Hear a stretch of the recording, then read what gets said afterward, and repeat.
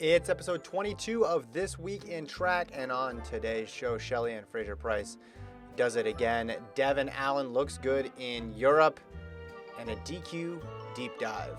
Let's begin. Paris Diamond League took place over the weekend. Big performance from Shelly-Ann Fraser-Pryce, 10.67 to win convincingly.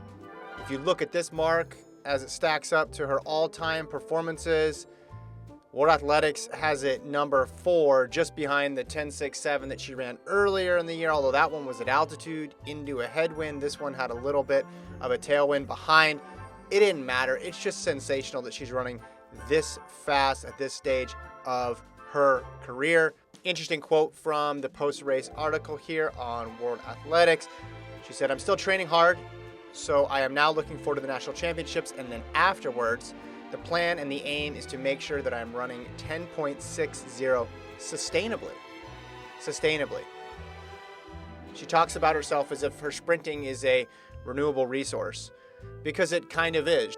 She's going to be free of anything above 11, 10.9, 10.8, all that. That's going to be gone by the year 2025. She's going to be sustainably running 10.7, 10.6, and 10.5.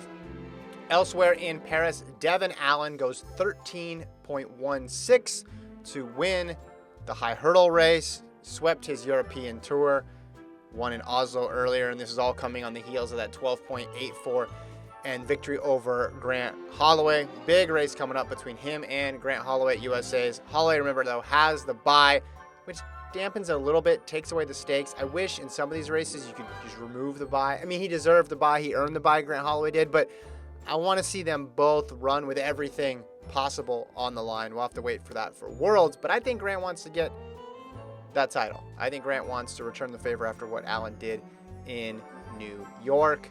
Before the meet, Allen said he was confused why people thought he was retiring for good from track, and he said Eagles will win the Super Bowl, and then he'll come back. I only speak for myself. He's raced a ton this year. He's racing as if he's never going to come back. He's just trying to soak it all in. He's like, I'm going to do every single meet I can because I may not be here again. It's like the last week of college and you're going out and seeing every single friend you possibly can because you know you're probably not going to bump into him again. That's what Allen's doing with the high hurdles. I mean, he went to Europe a week before USA's and ran back-to-back races. That's incredible. But remember, though, the goal was gold medal, world record, and then to football, which that's the other reason why I thought he'd be done with it. Because once you've done that, you can honestly say, all right, well, I checked both those boxes. Do I have 9 gold medals? No, but I reached the pinnacle, and now I can move on and make a lot more money in something where I don't need to be the best of all time in. The most controversial race was the men's 800. Benjamin Robert, 143.75 across the line.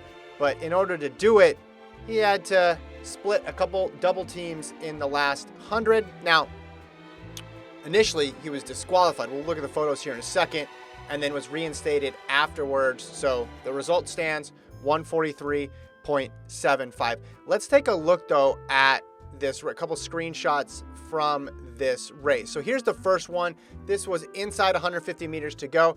Here is Robert right here. You can see he's in 1, 2, 3, 4, 5, 6. Not only is he in 6, he's boxed in 6. So what's going to happen is this tandem right here, Twal and Van Diepen, is going to make a little duo where they go side by side. And then this duo here is going to make one where Robert is basically stuck or appears stuck on the inside. Now, he gets by the first one okay, but it was lining up perfectly. He's like sailing a ship. He's set where he's headed. And then he's like, I'm not leaving this line. I'm going to run straight this last 100. And if anybody's in my way, they're getting a shoulder. So he splits the first 2 here, but then he's got to get through Van Diepen and Twal, and he's running out of time. So what does he do? He does the exact same thing. Now, this is a little blurry, so we're going to look at some close-ups here in a second. But he gets through Twal and Van Diepen and then gets the win.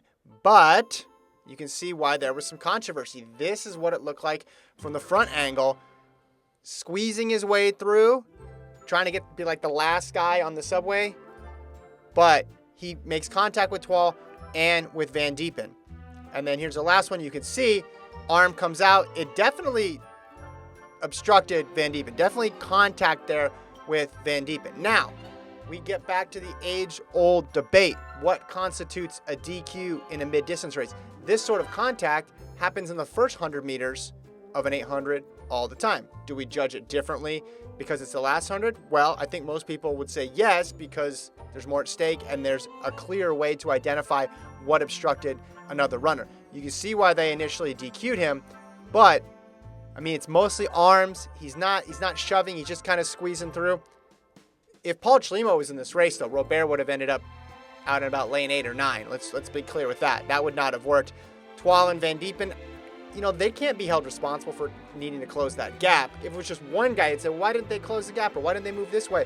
With both of them there, you can't really make that argument. You could make the argument, but I mean, they're entitled to their line as well, too. So again, ultimately the DQ is rescinded and he's reinstated, which bothers me also, because we are in the year 2022. Every sport has a replay mechanism. You have VAR in soccer. The NBA goes to the booth. The NFL, every single sport has a way to get calls correct in a somewhat timely manner. Those major sports, they get made fun of for taking 2, 3, 4, 5 minutes. There's 10 minutes between events in track. Why do we need to DQ and then reinstate? Why can't we just wait a little bit, take a deep breath, look at the video that just happened, and then make a ruling? Like, you don't need to be all dramatic and mysterious of, oh, look at this plot twist, and oh my gosh, they're reinstated. Why can't you just watch it once, have the official make the ruling, and then we have a decision, and then we're on with our lives? Like, it just does not make sense why we need to do this. Like, there's so much time in between these events at track meets, and it's not as if this play is going to impact the next play. Oh, Benjamin Robert got DQ'd in the 8. Well, that's going to impact everything in the steeple coming up. No, it's one separate, discrete event. Make the ruling and then move on. That's all we need to do. I'm getting all worked up, but good news for the men's professional 800. We're talking about you again.